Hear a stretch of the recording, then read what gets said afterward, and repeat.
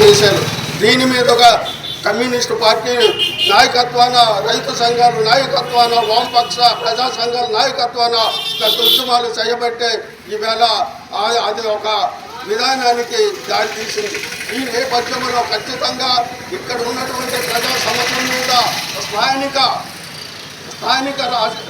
స్థానిక ఎమ్మెల్యే కానీ, స్థానిక మంత్రులు కానీ, ఈ జిల్లాలో ఉన్నటువంటి మంత్రులు కానీ, ఈ జిల్లాలో ఉన్నటువంటి ఎమ్మెల్యేలు కానీ చొరవ తీసుకొని ప్రజల సమస్యల మీద తక్షణమే పరిష్కరించాలని మనవి చేస్తూ ఈ పాదయాత్రని కొనసాగిస్తున్నాం.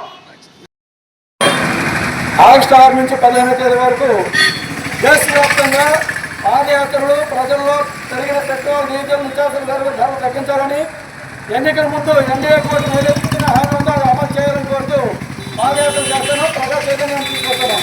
అందులో భాగంగా పాల్గొనలో మరి ఈరోజు కార్యక్రమం నడుస్తుంది.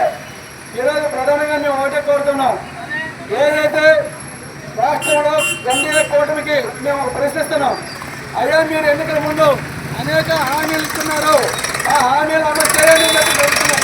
ఇచ్చిన హామీల్లో ఒకటి, మీరు అభివృద్ధి అంటే కేవలం అమరావతి, పోలవరమే కాదు, తోటపల్లి, పాలకొండలో రైతాంగం ఎదుర్కొన్న సమస్యల గురించి మాట్లాడండి. ఇక్కడ ఉన్న ప్రజాప్రతినిధులు కొంచెం లేదు. ఈరోజు తోటపల్లి ఆయకట్టు రైతులు మరొకరు ఆడుతున్నారు. పండే వాళ్ళకి 2 పండ్లు పడుతున్నాయి, పంటలు పోతున్నాయి. ప్రాంతానికి నీరెవరని చెప్పేసి 16 గ్రామాలని నీరెవరమని ప్రకటన చేస్తున్నారు అధికారులు. నీరు ఇవ్వకపోతే పరిహారం ఇవ్వండి, అంతేగాని మీరు చేతనంతనాన్ని ప్రజల మీద రుద్దుతాము లేదా భారాలకు వ్యతిరేకంగా మాట్లాడిన వాళ్ళే అరెస్ట్ చేస్తామంటే అంగీకరించే ప్రశ్న లేదు. ఇంకొక అంశం, ఈ దేశంలో అల్లాకొల్లాలనేది విపరీతంగా పెరుగుతున్నాయి. మత సామరస్యానికి విఘాతం కలుగుతుంది. ప్రధానమైనది నీతివంతమైన బీజేపీ పాలన చెప్తున్నారు. మరి నీతివంతమైన పాలన ఏమవుతుంది? బాలరాముడి అయోధ్య మైదానంలో కట్టినట్టు ఆలయంకి 1,000 కోట్ల రూపాయలు దొంగల ప్రజలు విరాళిస్తే ఆ విరాళాల అవినీతి జరిగింది. ఆ విరాళాలు మాయమయ్యాయి. ఆ దొంగలు ఎక్కడున్నారు? మీ బీజేపీ వాళ్ళు కాదా? మీ చేతనంతనాన్ని మరి ప్రజలు ప్రశ్నిస్తున్నారు.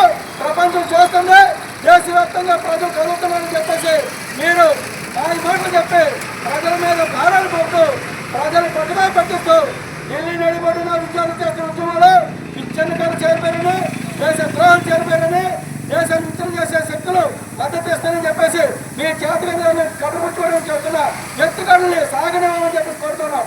అదే సందర్భంలో ఈరోజు పెట్రోల్, డీజిల్ ధరలు పెరిగిపోయాయి.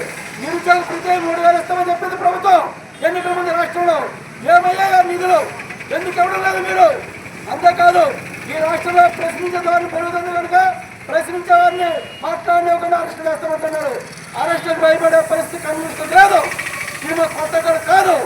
ఇంకొక ప్రధానమైంది, ప్రతిపక్షం వంటి వాళ్ళ మీద మాట్లాడితే గొడ్ల పార్టీ అంటున్నారు, వాళ్ళు గంజాయి ముఠాలు అంటున్నారు, వాళ్ళేమో దారి దోపిడీలు అంటున్నారు. యంత్రాంగం అంతా మీ చేతిలో ఉంది. నిజంగా అటువంటి హత్యాకోరులు కానీ లేదా ఈ గంజాయి ముఠాకోరులు కానీ సమాజానికి నష్టపడితే వాళ్ళని పట్టుకోవాల్సిన బాధ్యత మీకు లేదా? సిగ్గుచాటు. మీరేమో తిరిగి వాళ్ళని అలయాలు చేస్తున్నట్టు మీ చేతులంతా మీరు చెప్పడం సమంజసం కాదు. తక్షణమే మనం పక్కన ఉన్నట్టు ఎమ్మెల్యేలు ఉంటారు. పాలకొండ ప్రాంతంలో గంజాయికి నిలయమని, అలాగే వివిధ రూపాల్లో అక్కడ అసాంఘిక కార్యక్రమం జరుగుతుందని చెప్పి మీరు పాలనలో ఉన్నారండి. మీరు చేత అయితే ఈ పాలకొండలో జరుగుతున్న తప్పుడు పద్ధతులు ఏమున్నాయో, గంజాయి ముట్టలు ఎక్కడ ఉన్నాయో మీకు తెలీదా? సారాయిలు ఎక్కడ ఉన్నాయో మీకు తెలీదా? మీరు చేతనైతే అరికట్టండి. అంతే తప్ప ఇది పాలకొండగా అటువంటి అప్రదిష్ట తేవద్దని చెప్పి కోరుతున్నాం. ఇక్కడ స్థానిక ప్రజాప్రతినిధులు నోరెత్తడం లేదు. అంటే పాలకొండ ప్రాంతం గంజాయికి నిలయమా చెప్పండి అని నిలదీస్తున్నాం. అలాగే అసాంఘిక శక్తులు పెరిగిపోతుందని చెప్తున్నట్టు వాళ్ళకి ఇది నిలయంలో ఉందా చెప్పండి అని చెప్పేసి అడుగుతున్నాం. మీరు పాలనలో ఉన్నారు, కళ్ళు మూసుకుని ఉన్నారు, మీరు చేతకడం లేదా? అందుకని చెప్పి మీ చేతకంగానని కట్టబెట్టడానికి ప్రజల మీద భార్యలు పోతే వాళ్ళు ఉద్యమం చేస్తే ఉద్యమాలను విచ్ఛిన్నం చేయడం, అరెస్ట్ చేస్తున్న బెదిరించడం సమంజసం కాదు. అటువంటి ఉద్యోగాలని అణచివేస్తామనుకుంటే సాధ్యం కాదు. అరెస్టులకని మేము భయపడేది లేదు. ఈ రోజు ప్రజల్లో చైతన్యం తీసుకురావడం కోసం అనేక ఉద్యమాలు జరుగుతున్నాయి. అందులో భాగంగానే ఈరోజు ఆగస్టు 6 నుంచి 15వ తేదీ వరకు ప్రజా జాతాలు పాదయాత్రలతో ప్రజలు చేస్తున్నాం. అలాగే 17 నుంచి 28వ తేదీ వరకు జిల్లా కేంద్రంలో అనేక సమస్యల మీద ఆయా సంఘాల ధర్మ జరుగుతున్నాయి. చలో ఢిల్లీ కార్యక్రమం సెప్టెంబర్ 20 జరుగుతుంది. మేము జయప్రదం చేయాలని చెప్పేసి దేశంలో మత సామరస్యాన్ని కాపాడాలని కోరుతున్నాం. అలాగే నిజంగా రాష్ట్రంలో నిర్ణయం వృద్ధులు ఇవ్వాలని చెప్తున్నాం. ఏదైతే ఎన్నికల ముందు ఇచ్చిన హామీలను అమలు చేయాలని చెప్పేసి కోరుతున్నాం.